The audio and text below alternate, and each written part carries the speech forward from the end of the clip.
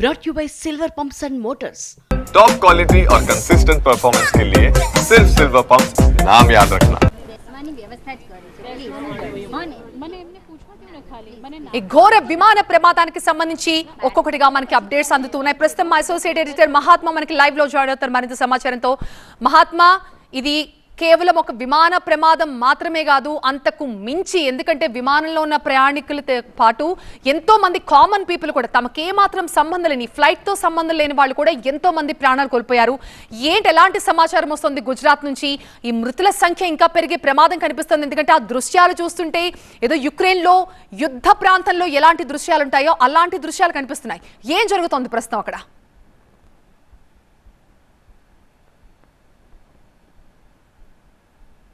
మాత్రమే కాకుండా కింద భవంతిలో నివసిస్తున్న వారు, అక్కడ ఉన్న వాళ్ళు కూడా చనిపోయారు. ఎందుకంటే ఆ విమానం కూలింది బీజే హాస్టల్ బిల్డింగ్ మీద. అది మెడికల్ కాలేజ్ కమ్ హాస్పిటల్. అది అక్కడ విద్యార్థులు, మెడికో స్టూడెంట్స్, మధ్యాహ్నం సమయం, సరిగ్గా మధ్యాహ్నం 1:38 సమయంలో ఈ ప్రమాదం జరిగింది. అందరూ కూడా లంచ్ చేస్తున్నారు. లంచ్ చేస్తున్న సమయంలోనే ఈ విమానం వచ్చి ఆ భవంతి మీదనే కూలిపోయింది.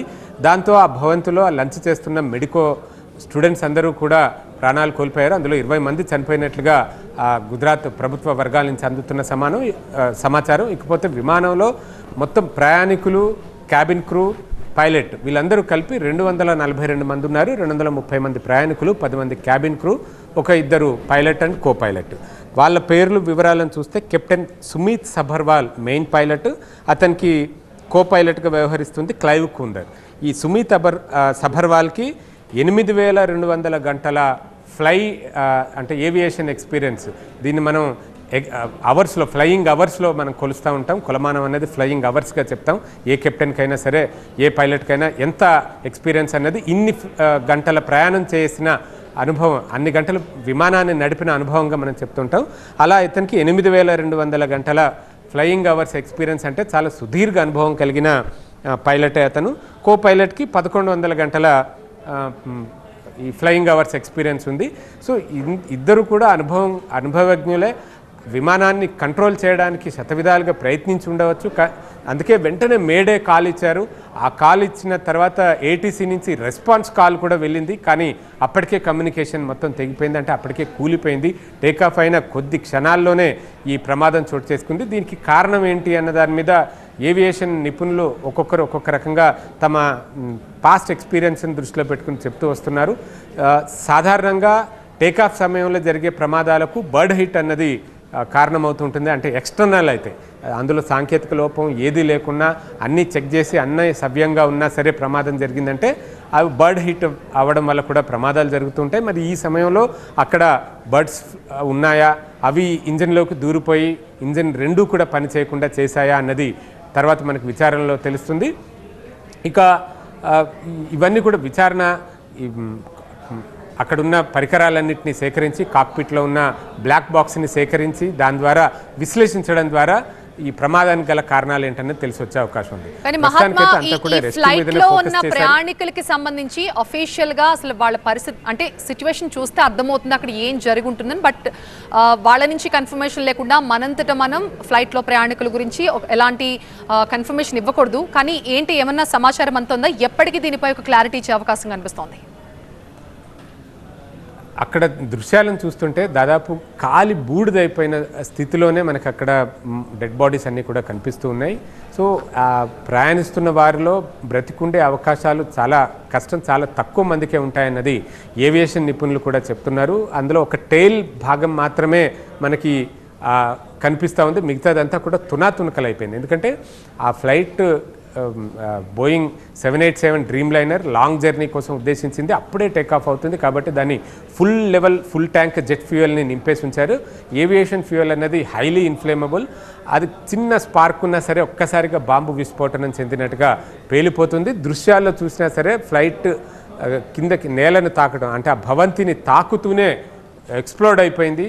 ఆ విస్ఫోటనం, మంటలు ఎగిసిపడ్డ దృశ్యాలు, ఆ తర్వాత చుట్టూ కొన్ని కిలోమీటర్ల మేర కనిపిస్తూ వచ్చిన ఆ పొగల దృశ్యాలు కూడా మనం అర్థం చేసుకోవచ్చు. దాన్ని బట్టి చూస్తుంటేనే దాని ఇంటెన్సిటీ ఏంటి అన్నది అర్థమవుతుంది. సో అందులో ప్రయాణిస్తున్న పైలట్ కో పైలట్ నుంచి మొదలుపెట్టి ప్రయాణికుల వరకు ఎంతమంది బ్రతుకున్నారు, ఎంతమంది చనిపోయారన్న దాని మీద అధికారికంగా అయితే సమాచారం లేదు. కానీ దాదాపుగా బ్రతుకుండే అవకాశాలు తక్కువే ఉన్నాయన్నది చెప్తున్నారు. హాస్పిటల్కి ఇమ్మీడియట్గా రష్ చేసి వాళ్ళని తీసుకెళ్ళి స్ట్రెచర్ల మీద తీసుకెళ్ళిన దృశ్యాలను కూడా మనం చూసాం. కానీ వాళ్ళంతా కింద భవంతుల్లో గాయపడ్డ వాళ్ళని హాస్పిటల్కి తీసుకెళ్లారు అన్నది మనకి ఇప్పుడు అర్థమవుతోంది. విమానంలో ప్రయాణించిన ప్రయాణికుల్లో ఏ ఒక్కరిని కూడా హాస్పిటల్కి తరలించే పరిస్థితి లేకుండానే మహాత్మా ఈ ప్రమాదానికి సంబంధించి రకరకాల అనుమానాలు ఉన్నాయి. ఇది నిర్లక్ష్యమా లేకపోతే ఏదైనా పక్షి వల్ల జరిగిన ప్రమాదమా? దీంతో పాటుగా కుట్రకోణం అనే ఒక మాట కూడా వచ్చింది. ఏ సందర్భంలో ఈ కుట్రకోణం కూడా అయి ఉండొచ్చు అన్న ఒక అనుమానం కలిగింది అధికారులకి. ఎందుకంటే రీసెంట్గా మనకు పాకిస్తాన్తో తలెత్తిన ఉద్రిక్త వాతావరణం, యుద్ధం, ఆపరేషన్ సింధూర్ చేపట్టడం, వీటన్నిటిని దృష్టిలో పెట్టుకుంటే పాక్ కేవలం నేరుగా సరిహద్దుల్లో మాత్రమే యుద్ధం చేయడం లేదు, అనేక రూపాల్లో భారత్ని దెబ్బకొట్టే ప్రయత్నాలు చేస్తుంది. ఆర్థికంగా దెబ్బ కొట్టడం కోసం నకిలీ కరెన్సీని తమ కరెన్సీ ప్రింటింగ్ ప్రెస్లోనే ప్రింట్ చేసి చలామణి చేయడం నుంచి మొదలుపెట్టి అనేక రూపాల్లో భారత్ని దెబ్బకొట్టే ప్రయత్నం చేస్తుంది. కాబట్టి ఈ గతంలో విమానాల్ని హైజాక్ చేసిన చరిత్ర సైతం జైషే మహమ్మద్ వంటి ఉగ్రవాద సంస్థలకు, పాకిస్తాన్ పెంచి పోషించిన ఉగ్రవాద సంస్థలకు ఉన్నది. ఆ కాందహార్ హైజాక్ ఎపిసోడ్ మనకి అందరికీ గుర్తున్నదే. సో ఆ రకంగా హైజాక్లు కావచ్చు, లేకపోతే విమానాల్లో ప్రమాదాన్ని తలపించేలాగా ఏదైనా కుట్ర చేసి ఉండొచ్చు అన్న అనుమానాలు కూడా కలుగుతున్నాయి. బట్ ఇది వెరీ ఎర్లీ టు సే.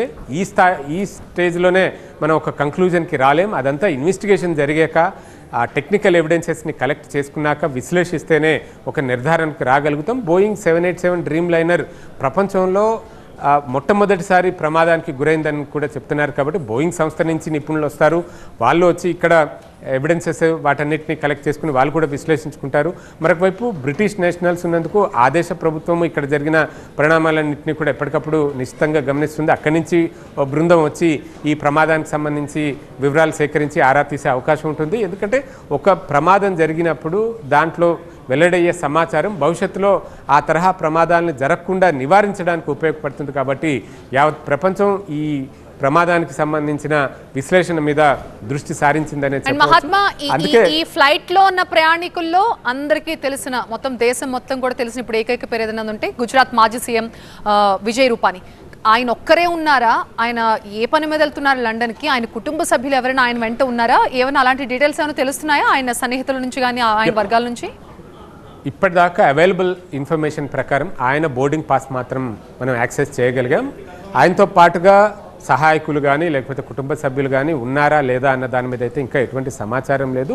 ఎందుకోసం లండన్ వెళ్తున్నారన్న దాని మీద కూడా ఇంకా పూర్తి సమాచారం రావాల్సి ఉంది. కాకపోతే విమానంలో ఇంకా చాలామంది ప్రయాణికులు ఉన్నారు.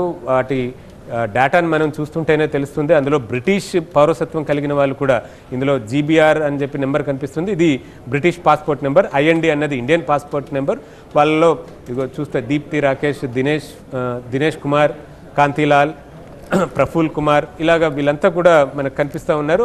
అంటే బ్రిటిష్ పౌరసత్వం కలిగిన భారతీయ పేర్లు కలిగిన వాళ్ళు, అంటే అక్కడ సెటిల్ అయిపోయిన వాళ్ళు కావచ్చు, లేకపోతే అక్కడే పుట్టిన భారత సంతతికి చెందిన వాళ్ళు కావచ్చు, వీళ్ళంతా కూడా ఉన్నారు. మొత్తం 230 మందిలో 169 మంది ఇండియన్ నేషనల్స్ అయితే 53 మంది బ్రిటిష్ నేషనల్స్ ఉన్నారు.